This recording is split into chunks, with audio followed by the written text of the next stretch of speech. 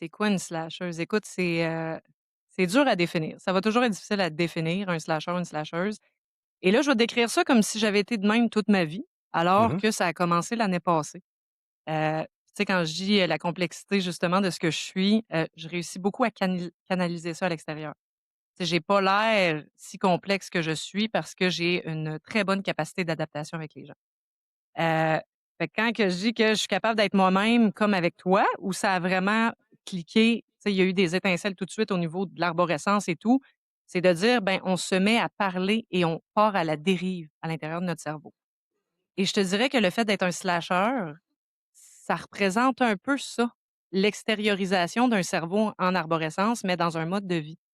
Ce qui veut dire Puis que, moi, j'ai toujours été très linéaire, là, tu sais, j'ai une job, je vais aux études, il faut que j'ai mon diplôme, faut que j'ai ma carrière et là, ce qui est arrivé, c'est que, ben, premièrement, j'ai eu des enfants. On va sûrement en reparler durant la rencontre.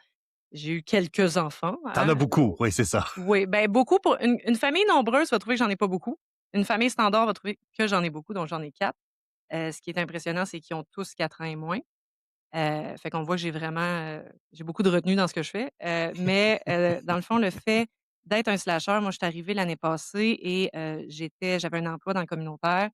Il y a eu des coupures et j'ai perdu mon emploi. J'étais directrice adjointe et j'avais une job toute ma vie, linéaire. Tu sais, c'est comme ça qu'on nous enseigne à le faire. Un diplôme, tu t'en vas, étudier, tu trouves ta carrière et tu te places.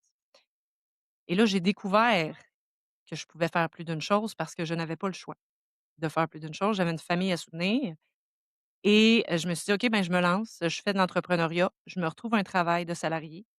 Puis là, ça a fait effet boule de neige. J'ai découvert, en fait, c'était quoi être un slasher.